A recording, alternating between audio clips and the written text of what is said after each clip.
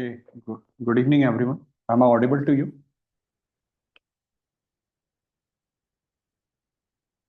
Okay, am I audible to all of you?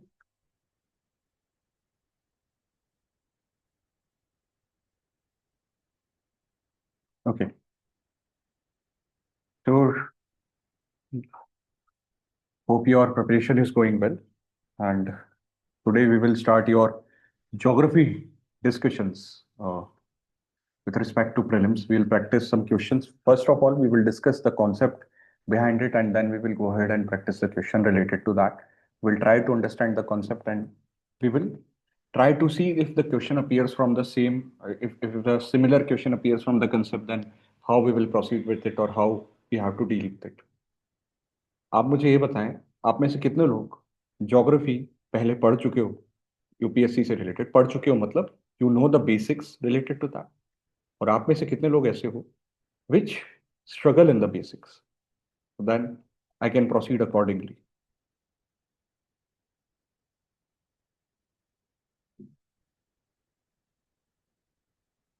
New not started, Tushar. Basics are clear. Manansa Ansari, basics are clear. Tushar, you are new. And others?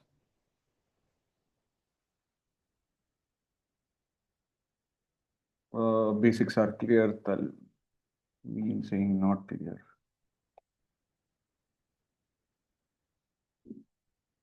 First time studying Geo. Indian competent saying all good. Okay, so I'll try to balance both sides. Some of you are studying first time, some of you are saying they are good, they are comfortable in this. Okay no matter. देखिए, आप जो भी आपका status है previous, I suggest आप wherever you feel difficulty in certain topics, you ask me there itself. I'll try to explain the concept, I'll try to practice some questions, and I'll be giving the sheets accordingly to you. Okay. One thing that we should, whether you have studied it previously or whether you have not studied it previously, one thing जो आप लोग ध्यान में रखिए, ये एक technical subject है ना। काफी ज्यादा साइंस से भी रिलेटेड है, काफी ज्यादा आपकी ह्यूमैनिटीज से भी रिलेटेड है। तो both the concepts come. So if you see economic geography, उसमें आपको थोड़ा थ्योरेटिकल लिखना पड़ता है। जहाँ पे आप क्लाइमेटोलॉजी और ओशिनोग्राफी की बात करते हैं, वहाँ पे कहीं ना कहीं थोड़ा सा साइंटिफिक इंफॉर्मेशन इसमें आ जाती है। Geography is a vast topic. It carries a weightage in your prelims, it carries a weightage in your mains. Okay, जहाँ आप आईआर पढ़ते हो, इंटरनेशनल रिलेशंस पढ़ते हो, वहां पे भी कहीं ना कहीं ज्योग्राफी की नॉलेज आपके काम आती है। Now if we see your prelims paper of last 10-12 years, तो कहीं ना कहीं जैसे प्रीलिम्स में हम देखते हैं कि जब से यूपीएससी ने पैटर्न चेंज किया था, 2013 C set was introduced and GS 1 का आपका एक पेपर होता था प्रीलिम्स में। तो earlier before 2013 what used to take place in आपके प्रीलिम्स में क्या होता था, एक जीएस का पेपर आता था, वो होता था 150 क्वेश्चंस आते थे उसमें। तो 150 क्वेश्चंस आते हैं जीएस के पेपर में, पर प्रीलिम्स की बात करो तो that geography has a good weightage. But when the C set was introduced और जहां पे आपका जीएस 1 और सी सेट होने लगा, तो then you see the downfall till this point कि ज्योग्राफी का weightage was significantly reduced and these were the years, to 2016 से 2020 के ये वो साल थे जब वो सिंगल डिजिट्स में आ गई थी geography. I am talking about कि जो कंप्लीट ज्योग्राफी है उसके सिंगल डिजिट्स में क्वेश्चन आने लगे थे। और ये वो क्वेश्चन है जहां पे मैं मैपिंग के क्वेश्चंस हटा रहा हूँ कि ठीक है, मैपिंग के क्वेश्चंस अगर हटा दें तो थ्योरेटिकल ज्योग्राफी में से what these guys were asking, they were single digits questions were coming because the weightage of other subjects, specifically environment ecology का बहुत ज्यादा बढ़ गया था।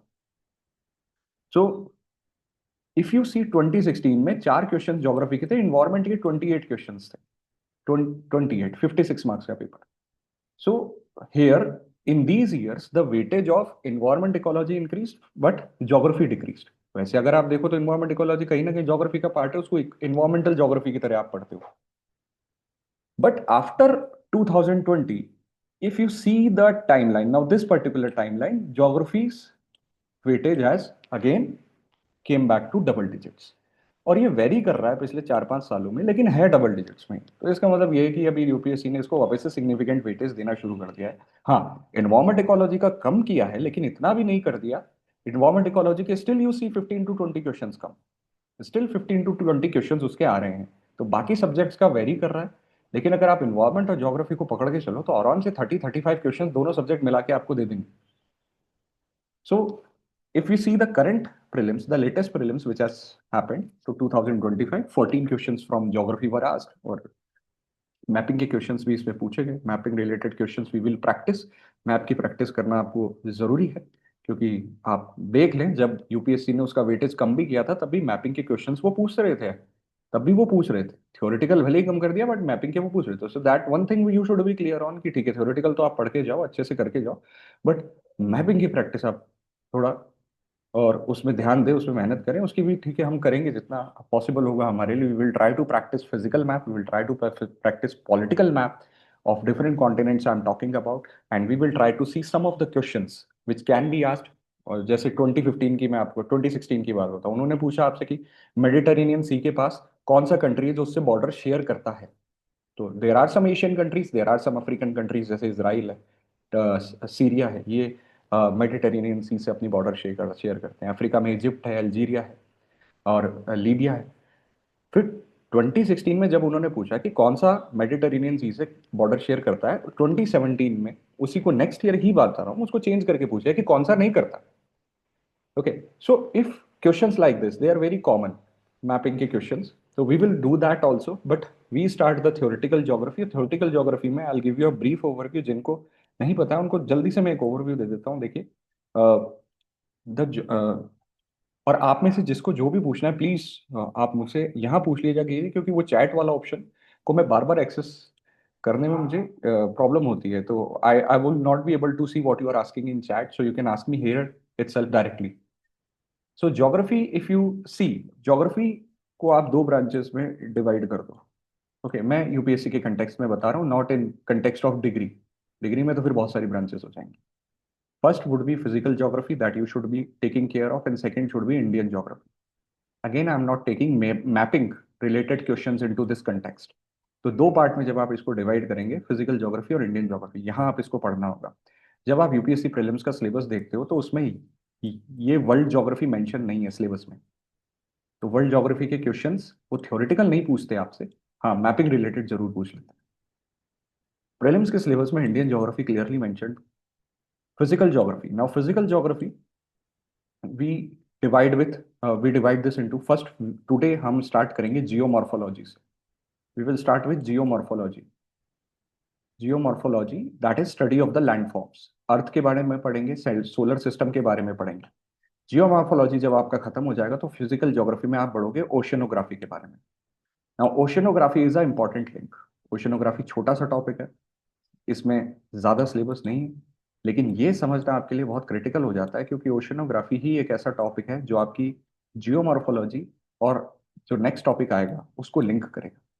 जो आपका नेक्स्ट टॉपिक होगा वो होगा climatology. So climatology will is the study of atmosphere and weather related phenomena. उसमें आप एटमॉस्फेयर के बारे में पढ़ते हैं, प्रेशर बेल्ट्स के बारे में पढ़ते हैं, एल नीनो, ला नीना, साइक्लोन्स, मॉनसून, इन सब के बारे में पढ़ते हैं. तो ये सारा टॉपिक आपका कवर होता है फिजिकल ज्योग्राफी.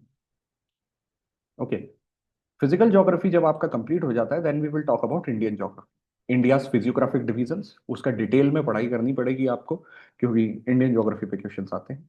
एंड इंडिया के mapping related practice we will do.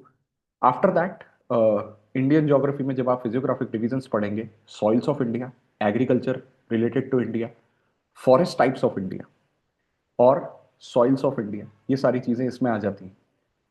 फिर आप मूव करते हो इकोनॉमिक ज्योग्राफी से, which is related to India, minerals of India, industries of India और जो पॉपुलेशन है, पॉपुलेशन सेटलमेंट है, उसके ऊपर कुछ चीज़ें हम देख लेंगे, थ्योरेटिकल चीज़ें which is related to census और रिलेटेड टू डेमोग्राफिक इश्यूज. तो that will cover the outline of the syllabus, और that will cover the syllabus of your prelims. We will also practise questions accordingly. अब ये हो गया, ये जो मैंने आपको बताया ये तो हो गई आपकी थ्योरेटिकल ज्योग्राफी. वैसे के साथ साथ आपको मैपिंग रिलेटेड क्वेश्चंस आपको करने पड़ेंगे. That is the physical and political map of the continents of the world. Asia, Africa, Australia, North America, South America, Europe, इनके पॉलिटिकल और फिजिकल मैप हमको प्रैक्टिस करने जरूरी है. तो I try to put some mapping practice with this once we are done with the theoretical part. So as I am saying that this is related to prelims, कि prelims में यहाँ पर आप वेटेज देख रहे हो कि यूपीएससी इस हिसाब से वेटेज दे रही है। या so once you are done with prelims, तो प्रीलिम्स के बाद जब आप जाते हो मेंस की तरफ, तो मेंस में ज्योग्राफी आती है जीएस 1। जीएस 1 में it is clearly mentioned that the question related to geography would be asked. GS 1 का पेपर होता है 250 मार्क्स, एंड 250 में आपके हिस्ट्री आ जाती है, world history, art and culture आ जाता है, और ज्योग्राफी आ जाती है। तो 250 में से इफ यू सी, जो मैं आपको एवरेज बता रहा हूँ पिछले 4-5 ईयर्स का देख लें आप, मेंस का जो पेपर है, तो जीएस 1 में at least it is varying from 70 to 90 marks. 250 में से 70 to 90 marks, these are geography question which UPSC is asking. और फिर यही कहीं ना कहीं थोड़ा सा लिंक आप इसका देखते हो जीएस 3 में भी। आउटराइटली ज्योग्राफी के क्वेश्चंस नहीं पूछते, बट हाँ, क्योंकि जीएस 3 में your environment and disaster management topic comes, तो इन्वायरमेंट और डिजास्टर मैनेजमेंट से रिलेटेड कहीं ना कहीं कुछ ज्योग्राफिकल कंसेप्ट आपको पढ़ने पड़ते हैं, और उससे रिलेटेड फिर वो वेटेज वहां पे, और आप देखते हो जब आप इसको क्युमुलेटिव देखते हो तो वो बढ़ जाता है। तो ये तो आपकी बात हुई सिलेबस की कि कहाँ कहाँ कैसे काम आएगा। So we are focusing on prelims. So we will talk about the concepts. We will practice MCQs accordingly. And this is the trend that I wanted you to be familiar with, कि अभी आप जिस cycle में उस time, उस cycle में तो UPSC इसको वेटेज दे रही है, और आपको पढ़ के इसको अच्छे से जाना चाहिए। So let's start our discussion. अभी तक you have any doubt, anything that you want to ask, anything that is your concern? So please speak up rather than typing in the chat, or else I will move ahead.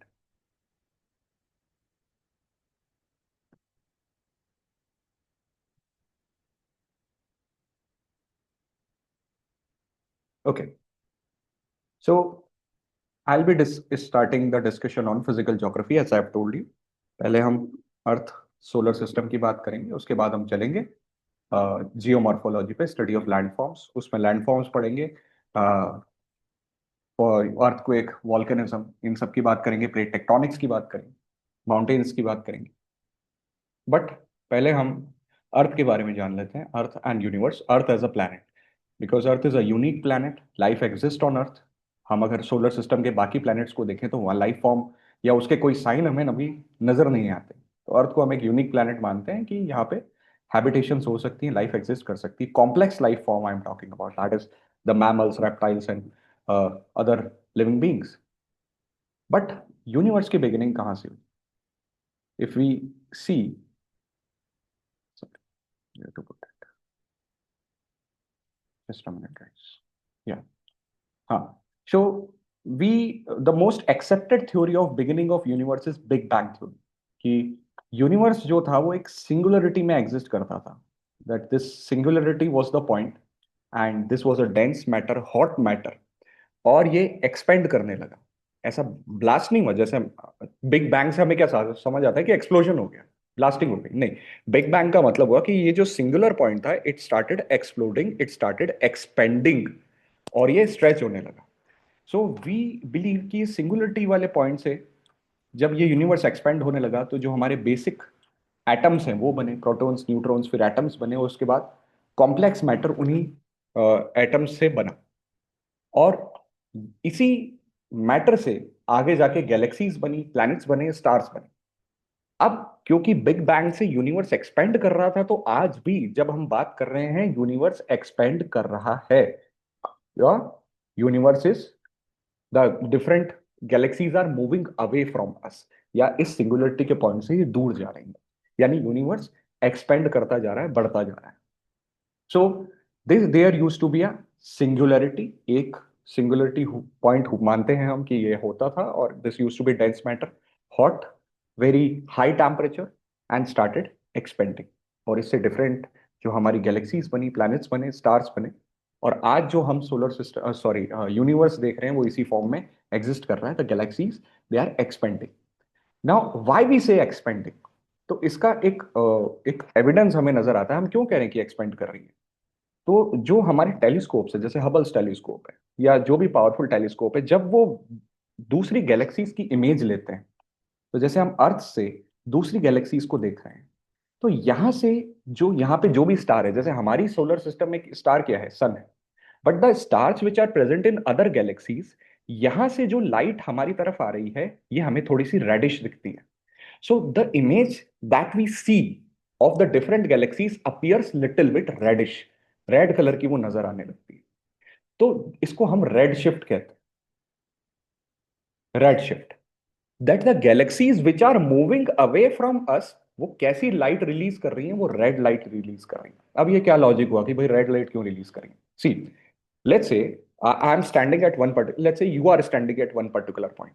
मैं आपकी तरफ भागता हुआ आ रहा हूं और मैं एक साउंड निकाल रहा हूं. अब मैं जैसे जैसे आपकी तरफ आऊंगा, क्या उस साउंड की पिच चेंज होगी, फ्रीक्वेंसी चेंज होगी? बिल्कुल. आप प्लेटफॉर्म पे खड़े हैं, ट्रेन आपकी तरफ आ रही है, आपको जैसे जैसे वो पास आती है उसके साउंड में डिफरेंस नजर आता है कि नहीं आता? या जैसे जैसे वो दूर जाती है उसके साउंड में डिफरेंस नजर आता है कि नहीं आता? बिल्कुल आता है. उसे डॉपलर इफेक्ट कहते हैं. क्योंकि जैसे जैसे वो ट्रेन आपसे दूर जा रही है, साउंड की वेवलेंथ बढ़ रही है और आपको लग रहा है कि वो स्ट्रेच होता जा रहा है. तो जब लाइट को आप स्ट्रेच करते हैं, इमेजिन कीजिए कि यूनिवर्स एक बोर्ड है, रबर बोर्ड है, आपने उसको स्ट्रेच किया, तो जो लाइट आ रही है वो भी तो स्ट्रेच हो जाएगी. वो भी तो एक वेव है. तो जब आप लाइट को स्ट्रेच करेंगे, तो स्ट्रेच करने से इसकी वेवलेंथ, आप दो पॉइंट्स को दूर लेकर जा रहे हैं, तो वेवलेंथ विल इंक्रीज. और जब वेवलेंथ बढ़ती है तो लाइट का जो स्पेक्ट्रम है वो किस तरफ शिफ्ट होता है? It shift towards red. Red light की वेवलेंथ ज्यादा होती है. ओके. देखो ये स्पेक्ट्रम होता है. हम मानते हैं कि जो विजिबल लाइट जो हम देख रहे हैं, इसमें जो रेड कलर है, इसकी वेवलेंथ सबसे ज्यादा है, ये स्ट्रेच्ड है. तो बाय दिस लॉजिक, क्योंकि वो लाइट जो हमारी तरफ दूसरी गैलेक्सी से आ रही है, ये दूसरी गैलेक्सी से आ रही है, और क्योंकि ये दूर जा रही है हमसे, तो ये लाइट स्ट्रेच होती जा रही है, इसीलिए ये रेड स्पेक्ट्रम में शिफ्ट हो चुकी है. और इसी को हम रेड शिफ्ट कहते हैं. So that is why, by this logic we say कि जो स्टार हमसे दूर जा रहा है, जो गैलेक्सी हमसे दूर जा रही है, वो कैसी लाइट इमिट करेगी? वो रेड लाइट इमिट करेगी. इसी को रेड शिफ्ट फिनोमेना बोला जाता है. And that is why we predict कि these galaxies are moving away from each other और यूनिवर्स इज एक्सपेंडिंग, जो कि बिग बैंग थ्योरी के सपोर्ट में एक बहुत ही स्ट्रॉन्ग एविडेंस है. तो जब भी आप इमेज देखते हैं गैलेक्सीज की, जब भी आप इंटरनेट पे, ट्विटर पे या कोई रील्स आप देखते हैं, तो उसमें दिखता है कि वो गैलेक्सीज कहीं ना कहीं रेडिश पार्ट आपको उसका नजर आ रहा है. तो that is the red shift we are talking about. अब see, I'll tell you a statement which is not related to your exam but a little bit factual. So I was looking into an interview of a scientist. तो उनसे किसी ने पूछा कि sir अगर हम आज एक ऐसा रॉकेट बना दें जो स्पीड ऑफ लाइट से चल रहा है, तो क्या हम यूनिवर्स के एंड तक पहुंच पाएंगे? ना, अभी तो हमारे पास जो रॉकेट्स हैं they have limited speed, but we make a, let's say we do a discovery and our spacecraft can travel with the speed of light. आज हम उसको रिलीज करते हैं, तो क्या हम यूनिवर्स के एंड तक पहुंच पाएंगे? उसने बोला नहीं पहुंच पाओगे. आपका रॉकेट भले ही स्पीड ऑफ लाइट पे जाएगा, लेकिन यूनिवर्स स्पीड ऑफ लाइट से भी ज्यादा तेजी से एक्सपेंड कर रहा है. तो जो गैलेक्सीज आज आप देख रहे हो सकता है hundreds of years, thousands of years के बाद वो आपसे और भी दूर चली जाए और आप उनको कभी नहीं देख पाओ, क्योंकि वो आपसे दूर जा रही हैं, वो एक्सपेंड कर रही हैं. तो that is the evidence in the support of big bang theory, that red shift phenomena. So according to these concepts, taking these concepts into account, ये आपके जब आप 11th क्लास की एनसीईआरटी पढ़ेंगे ज्योग्राफी की, तो वहां पर ये एक एक दो दो पैराग्राफ में ये चीजें मेंशन है. तो I have given you overview of this, that beginning of universe, the most believable theory is Big Bang theory. And what is the support, evidence in support of it? It is redshift, that the galaxies which are moving away from us, वो कैसी light release कर रही हैं, या उनसे जो light हमारे पास आ रही है वो कैसी है? वो red light, red electromagnetic spectrum के रेड पार्ट में वो शिफ्ट हो चुकी है. तो दैट इज व्हाट वी से. So on the basis of this discussion, let's try to attempt this. कोशिश कीजिए आप लोग.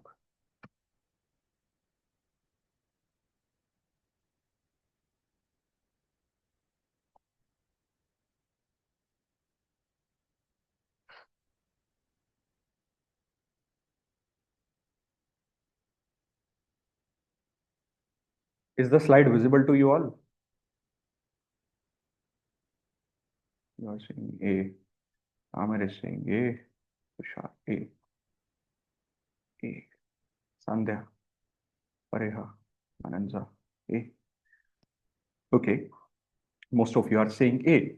So I want to ask, चलो रेड शिफ्ट तो मैंने आपको बता दिया था कि दिस रेड शिफ्ट फिनोमेना, तो इससे तो आप डिटेक्ट कर पा रहे हो कि कंटिन्यू एक्सपेंशन हो रहा है साइन यूनिवर्स का। बट आप लोगों ने ये फर्स्ट ऑप्शन क्यों सेलेक्ट कर लिया?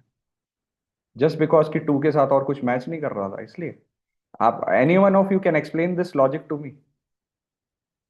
चलो, this is I explain, you picked up, but why you have picked up this option number one? Anyone? Speak up, please. Because sir, you said light is a wave, and it's when we expand it, its red color is very much visible. So that's why. So microwaves. Uh, Somewhat sort of a connection was. okay. Anyone else wants to try? Good, good. It's a good guess.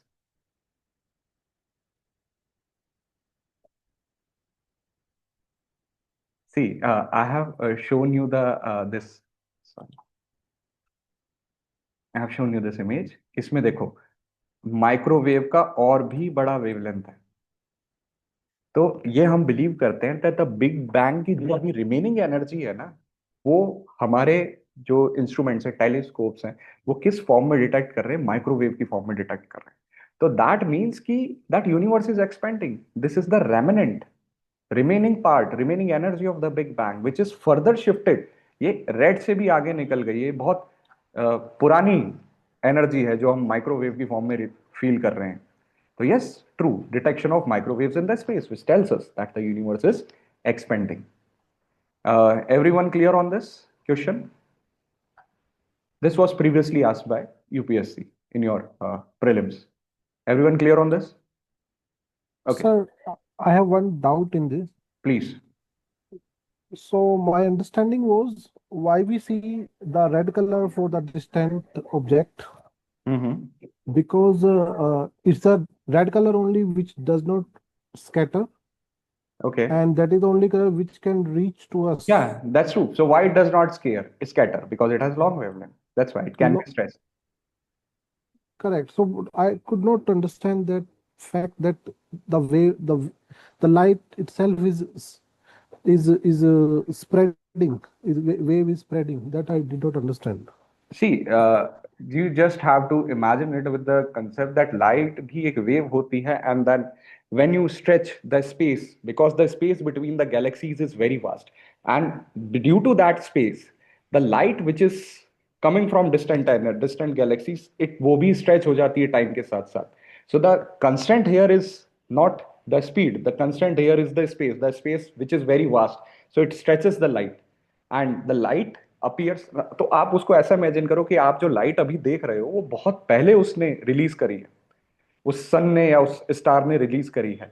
तो जो जब तक वो आपके पास आएगी, it will get stretch because it has to travel the vast distance. So that is why, so you when you see that statement कि वो स्कैटर नहीं करती, तो उसका भी वही लॉजिक है, वो स्कैटर इसलिए नहीं करती क्योंकि उसकी वेवलेंथ वो ज्यादा होती है। That's why. Okay, Okay. so next we move ahead with this, and let's talk about one more question which has previously been asked by UPSC. Uh, Now this you can, I think you can attempt this one. It's a straightforward one.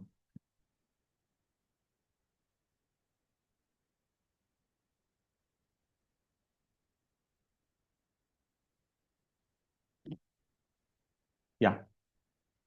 True. A. Observation and understanding of universe. True. So event horizon, singularity, string theory, standard model, वैसे देखा जाए तो ये सब उस time जब इन्होंने पूछा था, तो that these topics were in your current affairs. Current affairs में ये सब चीजें चल रही थी because of NASA's discovery of black hole. कोई black hole उन्होंने किया था, और ये सारी terms जो related है, ये black hole या space से related है। देखा जाए तो साइंस एंड टेक का क्वेश्चन है, but still because we are discussing the same topic, we are taking this into account. Event horizon क्या होता है? सेंटर होता है ब्लैक होल का। Okay, no sorry, event horizon boundary होती है ब्लैक होल की। सिंगुलरिटी क्या होती है? The centre of the black hole. Okay, so these are the concepts, all are the concepts related to our understanding and observation of the universe. So yes, your answer is correct here.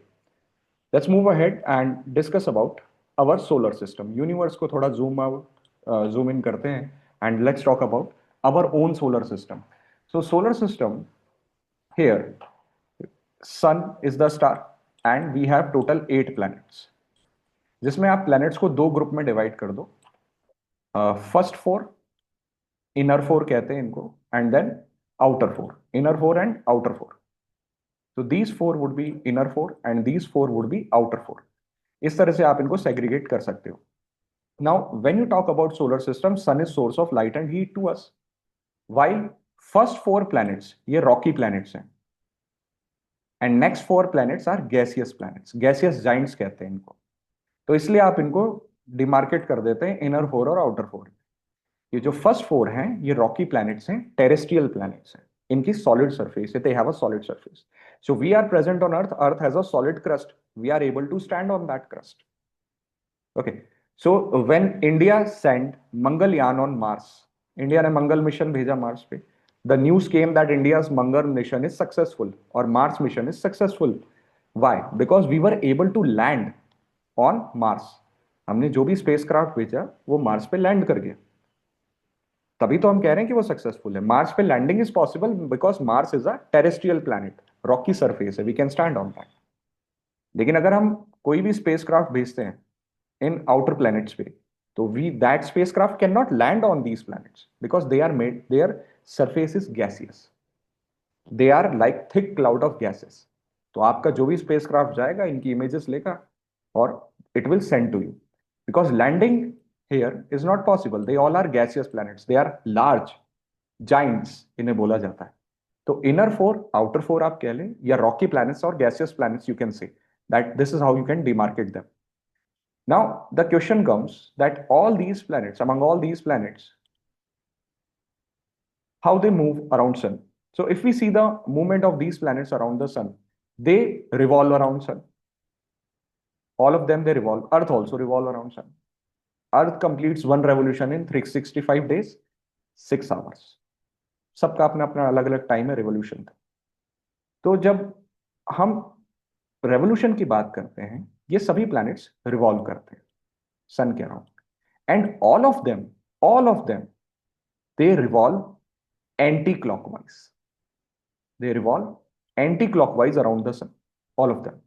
तो इन सब का जो orbit है, orbit मतलब the path on which they revolve around the sun, वो elliptical है. It's elliptical, complete perfectly circular नहीं है, एलिप्टिकल है. कहीं पे ये प्लैनेट्स सन के बहुत पास आ जाते हैं, कभी ये सन से दूर चले जाते हैं. सेम अर्थ के साथ भी होता है. At some point earth is very close to the sun, at some point earth is very far away from the sun. Now these planets revolve around the sun and we have demarcated them. The next question come कि ये जो हम planets देख रहे हैं, when we generally see the image of the solar system, one thing comes in our mind that Saturn has a ring system. ये rings है जो हमें क्लियरली दिखती है, प्रोमिनेंट दिखती है. अगर आप टेलीस्कोप से सैटर्न को स्पॉट करोगे एक क्लियर स्काई में, तो हो सकता है रिंग्स आपको दिख जाए. But not only Saturn has rings, सिर्फ सैटर्न की ही रिंग्स नहीं है.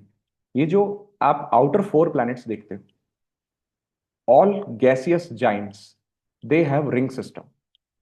इनकी रिंग्स हैं, जैसे जुपिटर, यूरेनस और Neptune, they also have a ring system. इतना प्रोमिनेंट नहीं है सैटर्न जैसा, लेकिन yes, it is believe that yes they have a ring system around them. So all four gaseous planets have ring system around them. Earth is a unique planet क्योंकि ये एक ऐसे distance पे है सन से जो ना तो ये बहुत ज्यादा वार्म है और ना ही बहुत ज्यादा कोल्ड. तो here the life is possible. तो इस जोन को, जहां पे हमारी अर्थ सिचुएटेड है, हैबिटेबल जोन माना जाता है. That this is the habitable zone of our solar system where life can exist, where life is possible.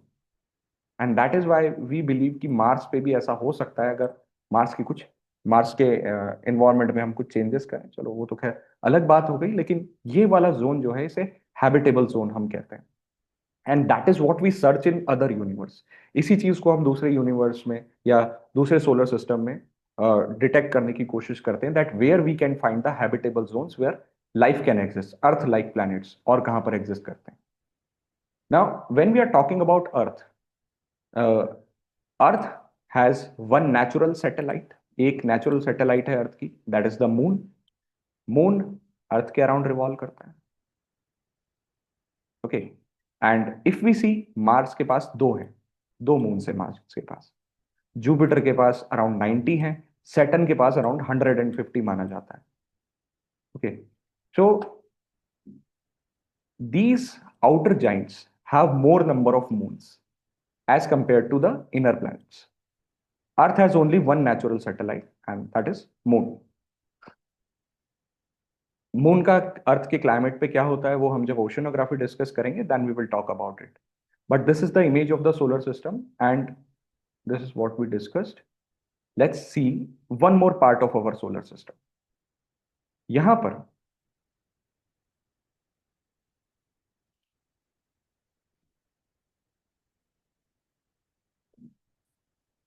क्या, so here inner four and outer four.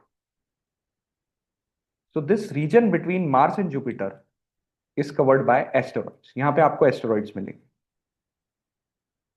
या आपके प्रीलिम्स में भी क्वेश्चन पूछा गया है कि asteroids where they are found. और जब आप सोलर सिस्टम की लिमिट पे पहुंच जाओगे, that is when you go to the outer limit of the solar system, you will find Kuiper belt. यानी नेपच्यून के बाद जो आपको फ्रोजन ऑब्जेक्ट्स दिखेंगे, ये रीजन कहलाता है कीपर बेल्ट. तो these two regions are also part of our solar system. One is asteroid belt, which is between Mars and Jupiter, and one is Kuiper belt, which is when you move beyond Neptune. Now, what is this asteroid belt and what is this Kuiper belt? देखिए, asteroid belt ये believe किया जाता है कि यहाँ पे एक planet हुआ करता था. अब देखो, ये आपसे कोई नहीं पूछेगा ये एस्टेरॉइड्स क्या है, मैं जस्ट आपकी इन्फो के लिए बता. It is believe that there use to be a planet here and this planet broke down due to the gravity of Jupiter. ये टूट गया क्योंकि जुपिटर की ग्रेविटी इतनी स्ट्रांग थी कि it was not able to survive that. और यही प्लैनेट्स के छोटे छोटे पार्ट्स बन गए जो आज हमें एस्टेरॉइड्स की फॉर्म में नजर आते हैं. Okay, so these asteroids they also revolve around sun. They also revolve around sun. So sometimes they come close to Earth during their movement. And that is why we say that they may possess a threat to our life. ये आपके जब आप mains का question देखो 2024 mains का, तो 2024 mains में ये आपसे पूछा यूपीएससी ने दैट व्हाट आर एस्टेरॉइड्स और what threats they poses to human survival on earth. ऐसा ही कुछ है, 15 मार्क्स का क्वेश्चन है कि ये क्या थ्रेट पोजेस करते हैं, ये हैं क्या, और अगर इनसे सर्वाइवल के लिए हमें कुछ डिजास्टर मैनेजमेंट करना है तो what we should look at. So asteroids are present here and they revolve around sun. Sometimes they come very close to Earth. Same goes with these Kuiper belt objects. अब now if you see the position of Kuiper belt, ये sun से बहुत दूर है. तो यहां पर आपको क्या मिलेगा, यहाँ पे टेम्परेचर बिलो 0 डिग्री सेल्सियस है. फ्रोजन ऑब्जेक्ट्स मिलेंगे आपको. Frozen objects that is the rocks with frozen gases. और इन फ्रोजन ऑब्जेक्ट्स को one term that we use for them is comet. So comets are present here in this Kuiper belt. They also revolve around sun. ये भी सन के around revolve करते हैं. तो when we can see comet, जब वो सन के अराउंड रिवॉल्व कर रहा है और अर्थ के नियर आ चुका है, then only it would be visible to us. जैसे हेलीज कॉमेट है. हेलीज कॉमेट ये हमें अब इट्स प्रेडिक्टेड कि 2061 में दिखेगा. It would next be visible in 2061 when it will come close to Earth. So when these comets come close to Earth, then only they are visible. तो ये भी सन के अराउंड रिवॉल्व करते हैं. अब क्योंकि फ्रोजन गैसेस से बने हुए हैं, सन के पास आते हैं तो वो गैसेस मेल्ट होने लगती है, तो ये ग्लो करते हैं. इनकी ग्लोइंग टेल नजर आती है हमें. Whenever a comet is visible, it will have a glowing tail. तो वो ग्लोइंग टेल क्यों होगी, क्योंकि वो फ्रोजन गैसेस सन के पास आने के कारण मेल्ट कर जाती है. तो these two are part of our solar system, Kuiper belt and asteroids. Let's see, I have put up a question for this. You guys can try this.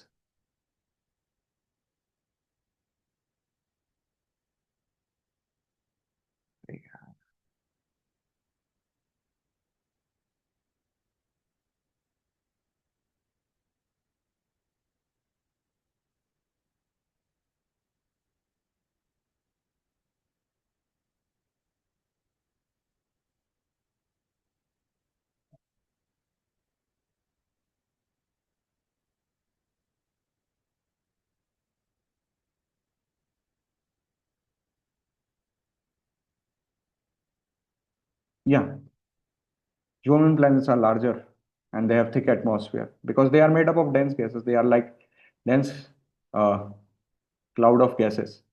Terrestrial planets and Jovian planets जो कि आपके inner four और outer four है वो तो asteroid belt से separate होते हैं, कीपर बेल्ट से नहीं. Keeper belt is at the outer limit of your solar system. So let's move ahead. Your answer is correct. This one is not right. So when we talk about solar system, let's have a clarity on this particular topic also. देखिए, मैंने आपको दो चीजें बताई, comets and asteroids.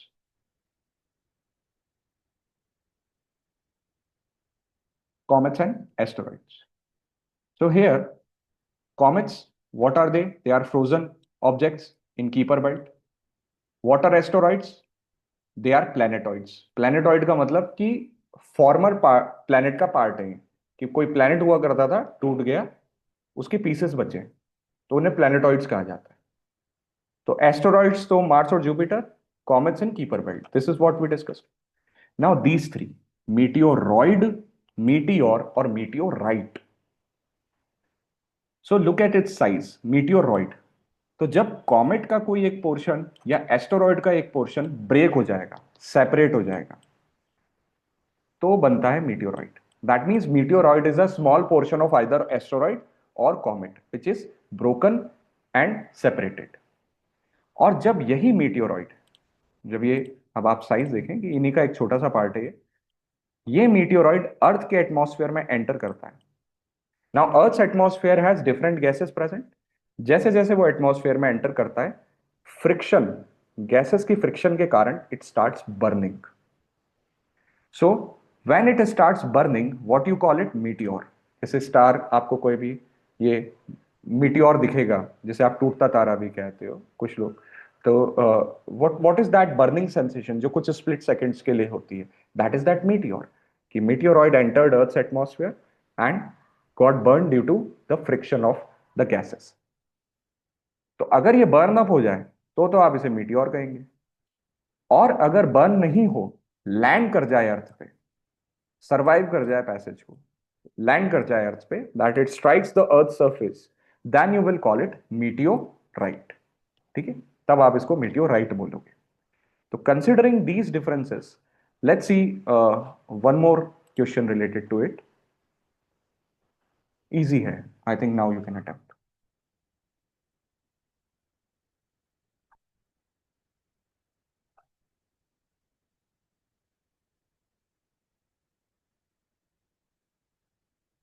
Yeah, good guys. Yeah, meteorite you will call it. Okay, you will call it meteorite if it lands, if it survives. Good. Let's move ahead. Yeah. So now we will talk about Earth, that is our planet, and we will see some features related to it. और फिर इससे related question पकड़े. Rotation of Earth.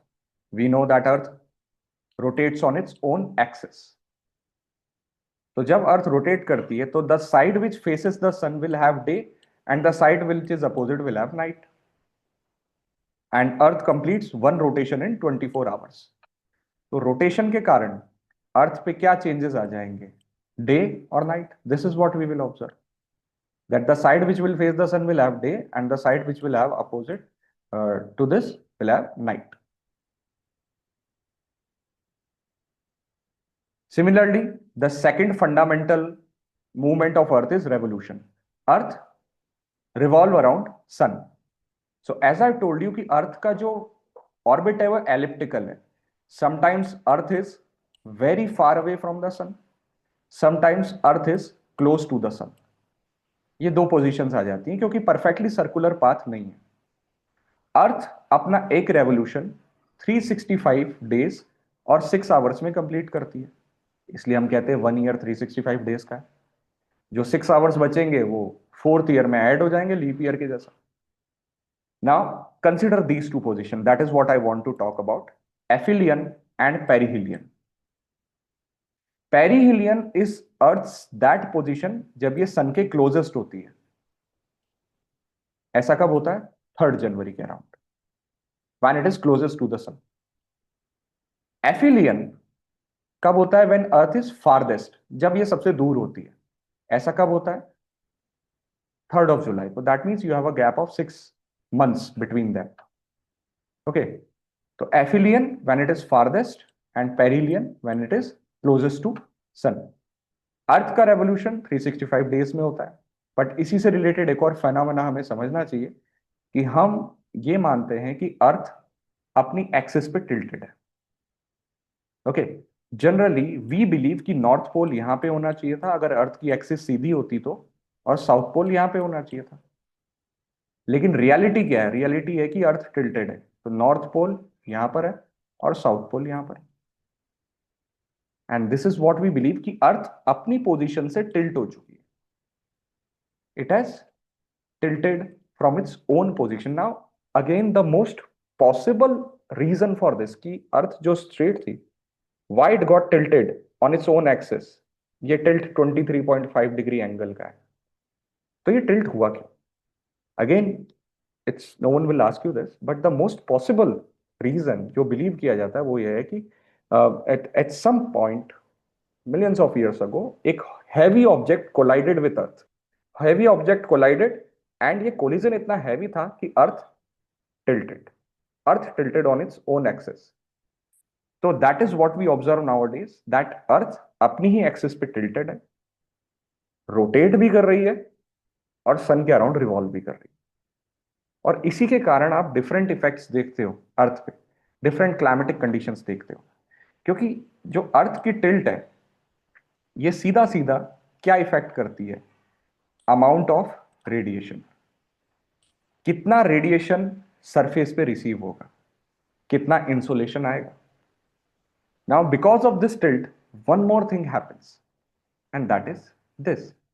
C, earth revolving around sun, earth tilted है,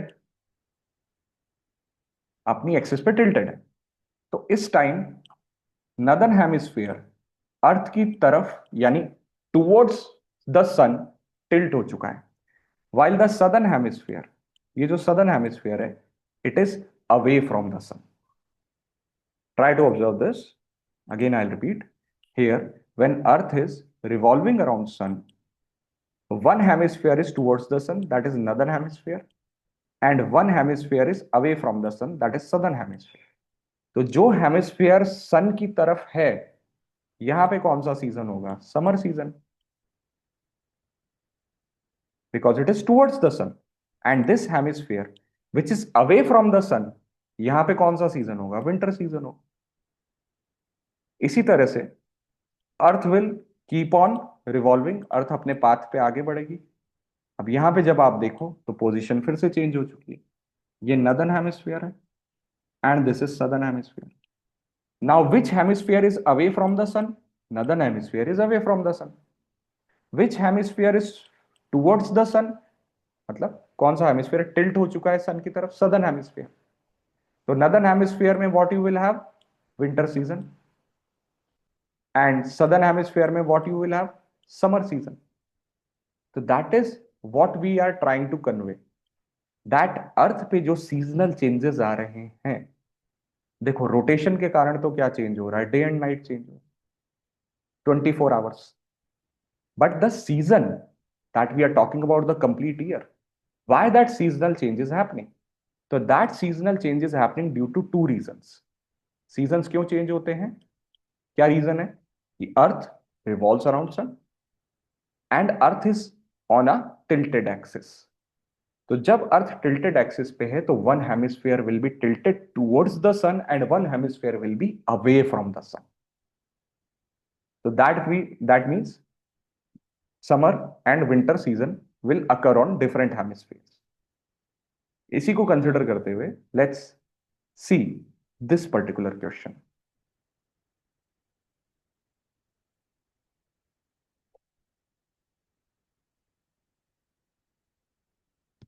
My voice is low.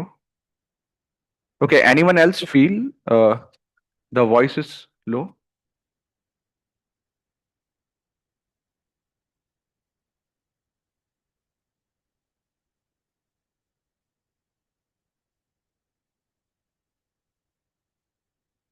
My voice is audible to everyone? Okay, okay. Yeah, so answer what you gave, I didn't saw. You guys are saying D. D is the correct option. Let's say seasonal variations, why they occur and why there is a change of length of day and night. Obviously, if summers में daytime ज़्यादा होता है, so that is again related to seasons. Earth's rotation, no, it will cause day and night. Earth's revolution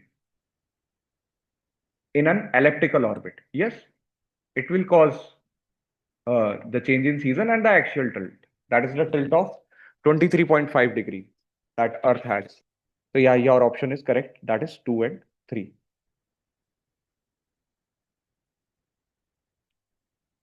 sir but day and night तो rotation के कारण हो रहा ना. हाँ, ओके, लेंथ ही शिफ्टिंग. सी तो बट लेंथ थोड़ी चेंज होती है डे एंड नाइट की. आपकी लेंथ है, अगर आप कहो कि अर्थ एक स्टैटिक पॉइंट पे ही रोटेट कर रही है तो उससे लेंथ थोड़ी चेंज हो. The seasons will bring the change in length of daytime and nighttime. That is, in winters you have long day. Sorry, in summers you have longer day, and in winters you have longer nights. So the length of day and night is changing due to seasonal variation. It is not asking why day and night happening. It is asking why the length of day and night is changing. Is that clear to you? Yes sir, got it. Thank Okay. you. Yeah. So let's see one more related phenomena. मैं आपको individually बताऊंगा इसके बारे में. पहले आप इसका crux समझ लीजिए. देखिए, ये लैटिन लैंग्वेज के वर्ड हैं, इक्विनॉक्स और solstice. Latin means equinox means equal, solstice means unequal. तो इक्विनॉक्स साल में 2 बार आएगा, सोल्स्टिस साल में 2 बार आएगी. देखो, इक्विनॉक्स तब होता है when you have days and night of equal length. जब almost 12 hours day 12 hours night, कुछ मिनट्स का डिफरेंस हो सकता है बट इग्नोर किया जा सकता है उसको. तो almost same length of day and night you will observe.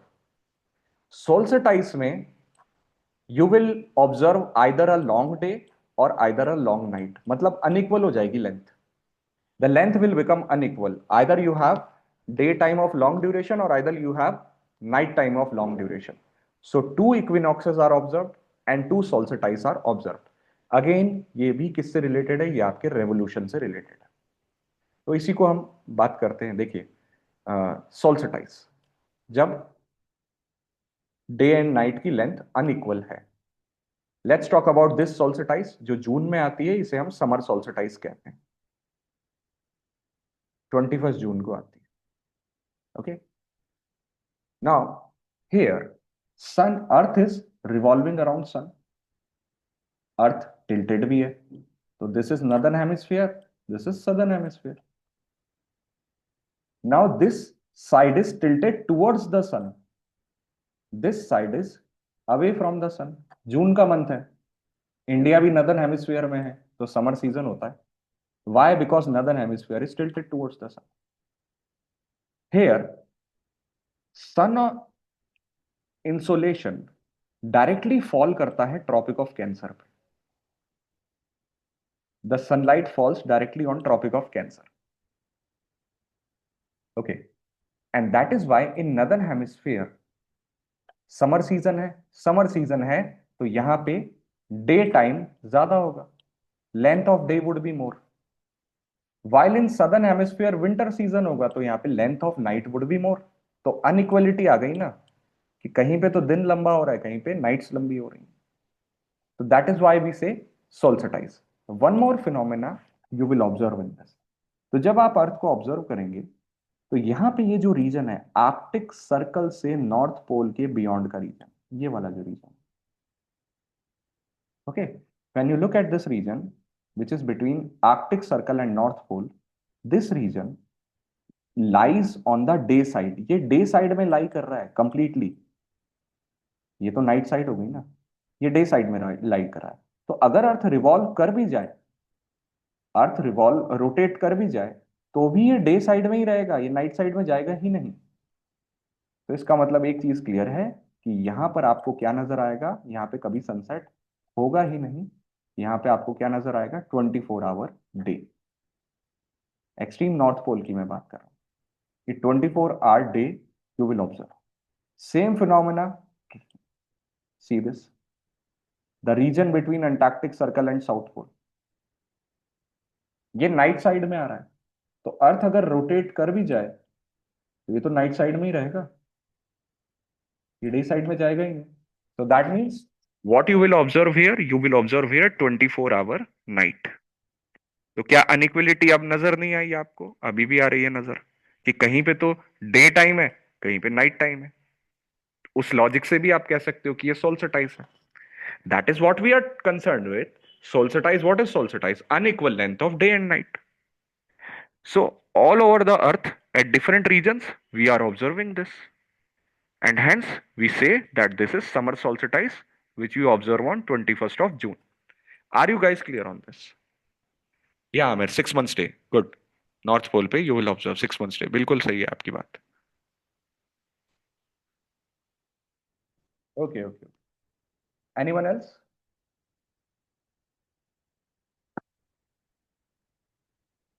Are you clear on this? Should I move ahead? Okay then.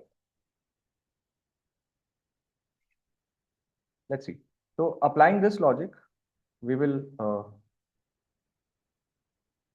Amir, I'm doing this because some of them are saying that the voice is not clear. चलो.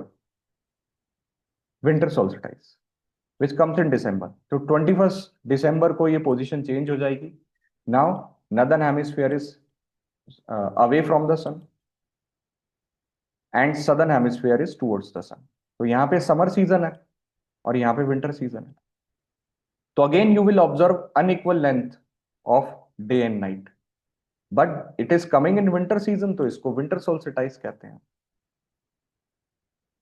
तो 2 days that we are talking about, 21st June and 21st December, जहां पे आपको unequal length of day and night नजर आएगी, तो इसे हम सोल्स्टिस कहते हैं. Moving ahead, equinox. इक्विनॉक्स कब आएगा? 20 कह लीजिए या 21st कह लीजिए, एक ही बात है, ज्यादा डिफरेंस नहीं आएगा. मार्च 21st को भी आप कह सकते हो, सितंबर 21st को भी कह सकते हो, does not make a difference. Okay. कुछ बुक्स में 21st लिखा है, कुछ में 22 लिखा है. आप यूनिफॉर्मिटी के लिए सारी डेट्स 21 याद रख लो. 21 दिसंबर को विंटर सोल्स्टिस, 21st जून को समर सोल्स्टिस. 21st याद रख लो आप सभी की डेट. और इक्विनॉक्स 21st मार्च और 21st सितंबर को. तो इक्विनॉक्स को what happens, equal length of day and night occurs. Now see, यहां पर ये जो दो डेट्स हैं, 21st मार्च 21st सितंबर, इसमें अर्थ की टिल्ट कुछ इस तरह से होती है, इस तरह से उसका मूवमेंट हो रहा है सन के सामने, कि टिल्टेड होने के बाद भी अर्थ स्ट्रेट अपीयर हो रही है सन के सामने. तो here sunlight falls directly on equator. Okay. यहां पर टिल्ट का जो असर है, जो इफेक्ट है, वो आपको नजर नहीं आ रहा. Earth is tilted but its movement is like that it is appearing straight, its axis appearing straight in front of the sun. So here sunlight falls directly on equator. कोई भी हेमिस्फीयर ना तो सन की तरफ टिल्टेड है, ना सन से away है. तो sunlight is falling directly on equator. आपको equal length of day and night नजर आएगा अर्थ के लोकेशंस पे. कुछ माइनर चेंजेस हो सकते हैं क्लाइमेटिक या टोपोग्राफिक रीजंस के कारण, बट उसे इग्नोर किया जा सकता है. यहां पर इन दो डेट्स पे we will have equal length of day and night. तो these two dates, 21st March and 21st September, are known as equinoxes. Now, considering these two topics, equinoxes and solstice, हम एक क्वेश्चन अटेम्प्ट करते हैं. अगर आपको clear है तो let's see one question on this. हाँ guys, try to attempt this.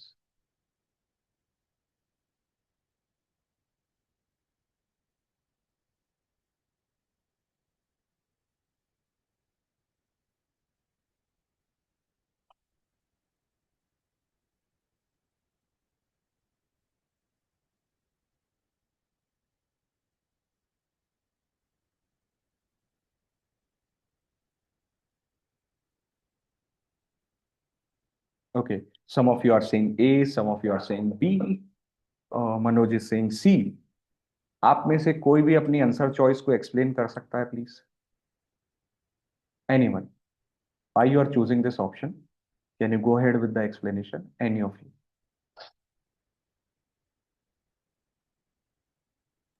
The reason being, sir, A ही समझ में आया, B समझ में आया, थोड़ा अंडरस्टैंड नहीं, समझ में नहीं आया। ए आपको नहीं आया, बी आपको आया, ठीक है। एनीवन एल्स जिसको समझ में आया वो सर बता ये दे। जो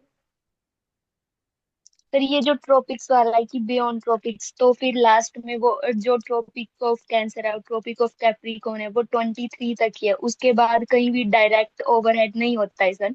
और जो दूसरा ऑप्शन है कि हाँ ऑल पार्ट्स में, वो तो नहीं हो सकती ना इक्वल लेंथ, चाहे इक्विनॉक्स है फिर भी ऑल पार्ट्स है जो वर्ल्ड के, वहां पे तो इक्वल डे और नाइट नहीं होगी। नहीं, all parts will have, that is the belief, that's true, second statement is true, we are not countering that statement, it will have equal days and night, yes। Sir all minor देखिए, parts of the बिल्कुल world होंगे, how? बिल्कुल होंगे, some minor differences हो सकते हैं, but उसे ignore किया जा सकता है। उन पर्टिकुलर डे में कुछ वो होंगे वर्ल्ड के लोकेशंस पे, that we are not countering that. Beyond tropics, Maninza, you are saying the sun never overhead, so both option are right। Okay, देखिए, I'll try to explain this with a rough diagram। Equator, Tropic of Cancer,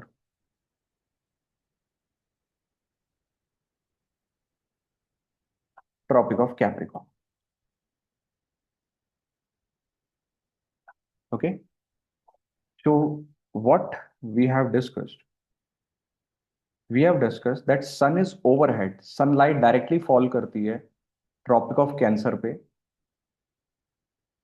21st June, that is summer solstice। Sunlight directly fall करती है Tropic of Capricorn पे winter solstice के दिन, that is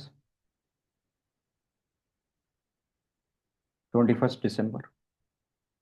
and sunlight falls on equator on equinoxes. कौन से वो दिन है? 21st March and 21st September। That is, this is, यही तो पढ़ा हमने इक्विनॉक्स एंड सोल्स्टिस में, सन का मूवमेंट पढ़ रहे हैं हम। कि सन कभी टॉपिक ऑफ कैंसर पे डायरेक्टली होता है, कभी ट्रॉपिक ऑफ कैप्रिकॉन पे डायरेक्टली होता है, और कभी वो इक्वेटर पे डायरेक्टली फॉल करती है लाइट। अब देखो, यहाँ पे डायग्राम में या आपकी ज्योग्राफी की बुक्स में ये लिखा है कि सनलाइट एक्चुअली अपेरेंट मूवमेंट है सन का, कि सन मूव कर रहा है और सनलाइट डायरेक्टली फॉल कर रही है ट्रॉपिक ऑफ कैप्रिकॉन में, बट ये अनोमली है, सन थोड़े मूव करता है, मूव तो अर्थ करती है ना। तो it's a misnomer to say that sun moves towards northern hemisphere और sunlight falls directly on tropic of Capricorn. आप ट्रेन में बैठे हो, बाहर की चीजें आपको जाती हुई दिख रही हैं, बट वो थोड़ी जा रही हैं, जा तो आप रहे हो। तो वो ये भी यही मिसनोमर है इसी तरह से, कि सन मूव नहीं कर रहा है, वो आपको अपीयर हो रहा है कि सन मूव कर रहा है। तो apply, continuing with the same discussion, sunlight falls directly on either on tropic of Cancer, either on equator, और either on tropic of Capricorn, साल के डिफरेंट टाइमिंग पे। तो इसका मतलब है बियॉन्ड ट्रॉपिक्स तो सन डायरेक्टली फॉल कर ही नहीं रहा है। ये लिमिट हो गई कि सनलाइट फॉल्स डायरेक्टली इसी रीजन में कर रही है, जैसा कि अभी इन्होंने बताया, मनिंजा ने, कि वो ट्रॉपिक्स में ही फॉल करता है। तो सन इज नेवर ओवरहेड, कब? Beyond the tropics. तो सही बात तो है, अगर हम इक्विनॉक्स और सोल्स्टिस का लॉजिक लगाएं तो ये स्टेटमेंट बिल्कुल सही आ रहा है कि sunlight falls directly on tropic of Cancer, Tropic of Capricorn and equator, directly beyond tropics fall नहीं करता है। तो यहां से आपका टेम्परेट रीजन या सब ट्रॉपिकल रीजन शुरू हो जाता है।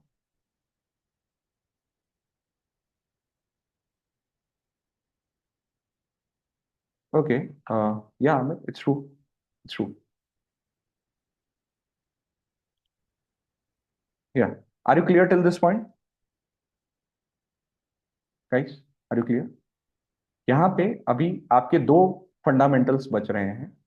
सी, I covered seasons, I covered rotation, revolution for you.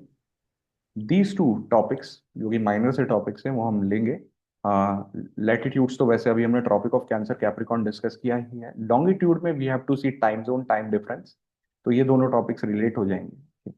तो आज जो आपको शीट मिलेगी किसमें, हाँ that is the correct answer ना, दोनों ही सही हैं, दोनों ही सही, बोथ आर करेक्ट। तो कभी नॉर्थ पोल और साउथ पोल में डायरेक्ट सन नहीं आता? नहीं, नहीं आएगी, डायरेक्ट सनलाइट थोड़ी आएगी, वो तो टिल्टेड है ना, वो तो आपकी डिस्पर्स्ड आती है सनलाइट, डायरेक्ट नहीं आती। Okay? ओके ओके क्योंकि अगर डायरेक्ट आती तो फिर वो कोल्ड रीजन थोड़ी होती, वो तो फ्रिजिड है ना।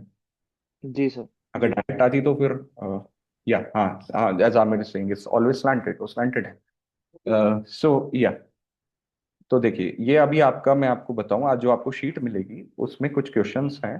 तो the discussion that we had, the questions are related to that. अब उसमें कुछ क्वेश्चंस आपको लॉन्गिट्यूड या टाइम जोन के भी मिलेंगे। तो अगर आपको नहीं आए तो कोई बात नहीं, कल हम डिस्कशन करेंगे, तब आप वापस अटेम्प्ट कर लें। आ जाते हैं तो बहुत अच्छी बात, नहीं आते तो once we discuss tomorrow you can go ahead with those questions. आज जो आपको हमने पढ़ा उससे रिलेटेड जो भी क्वेश्चंस हैं वो आप सॉल्व कर सकते हैं। I will forward the sheet to Devraj sir and Devraj sir will give it to you with the solutions. Any concern of yours और anything that you want to discuss और टॉक अबाउट, वो आप बता दीजिए, otherwise the time is almost up, we can continue tomorrow.